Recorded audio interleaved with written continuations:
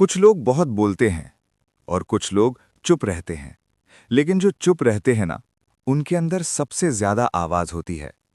ये कहानी है रवि की, एक ऐसे लड़के की जो कभी अपनी तकलीफ जुबान पर नहीं लाया। रवि एक छोटे से गांव में रहता था।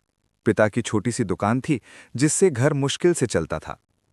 माँ खेतों में काम करती थी, धूप में ठंड में, बस इसलिए ताकि बच्चों की पढ़ाई न रुके। रवि पढ़ाई में अच्छा था, लेकिन हालात हमेशा उसके खिलाफ रहे। स्कूल में उसके कपड़े साधारण थे, बैग पुराना था, जूते कई बार सिले हुए। कुछ बच्चे हंसते थे, मजाक उड़ाते थे, लेकिन रवि कभी जवाब नहीं देता था। वो बस मुस्कुरा देता और चुप रह जाता। शायद इसलिए नहीं कि उसे दर्द नहीं होता था, बल्कि इसलिए क्योंकि उसे अपने माँ बाप की मेहनत याद रहती थी।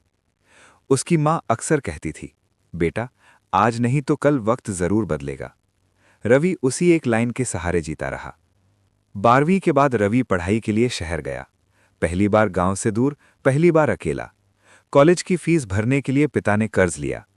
रवि को ये बात अंदर से खा रही थी। उसने पूरी मेहनत की, दिन रात पढ़ा, लेकिन जब रिजल्ट आया तो वो एक बड़ा एग्जाम फेल हो गया। उस रात रवि ने पहली बार खुद को कमजोर महसूस किया।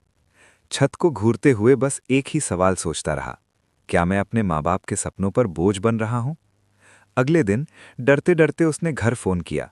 आवाज कांप रही थी, लेकिन पिता ने सिर्फ इतना कहा, बेटा, फेल होना जिंदगी का अंत नहीं होता, कोशिश छोड़ देना हार होती है। फोन कट होने के बाद रवि देर तक रोता रहा। उस दिन के बाद रवि ने हार मानने से मना कर दिया। उसने पढ़ाई के साथ साथ काम करना शुरू किया। कभी होटल में प्लेटें धोता, कभी गोदाम में भारी सामान उठाता। दिन थकाऊ थे, रातें और भी भारी। कई बार मन करता सब छोड़ दूं, वापस गांव चला जाऊं। लेकिन फिर माँ का थका हुआ चेहरा याद आता, पिता का झुका हुआ सिर याद आता, और वो रुक जाता। एक दिन कॉलेज में एक सेमिनार हुआ। एक कंपनी के मैनेजर ने कहा, हमें सबसे ज्यादा मेहनती और ईमानदार लोग चाहिए। रवि ने जिंदगी में पहली बार हिम्मत करके सवाल पूछा। लोग हैरान थे, ये चुप लड़का बोल भी सकता है? कुछ हफ्तों बाद रवि के फोन पर एक कॉल आया। इंटर्नशिप का ऑफर था। सैलरी ज्यादा नहीं थी, लेकिन आत्मसम्मान बहुत बड़ा था। उसने सबसे पहले माँ को फोन किया। माँ ने बस इतना कहा, आज भगवान ने सुन ली हमारी। सालों बाद रवि नौकरी के साथ वापस अपने गांव लौटा। वही मिट्टी की खुशबू, वही पुराना घर। लेकिन अब उसकी आंखों में डर नहीं था। जिन लोगों ने कभी मजाक उड़ाया था, आज वही कहते थे, रवि ने कर दिखाया। लेकिन रवि के लिए सबसे बड़ा पल तब आया जब उसने पिता का कर्ज पूरा चुकाया। उस रात पिता ने चुपचाप उसके सिर पर हाथ रखा और कहा, बेटा, मुझे तुझ पर गर्व है। रवि आज भी ज्यादा नहीं बोलता, लेकिन अब उसकी चुप्पी कमजोरी नहीं है, वो उसकी ताकत है। ये कहानी किसी सुपर हीरो की नहीं है।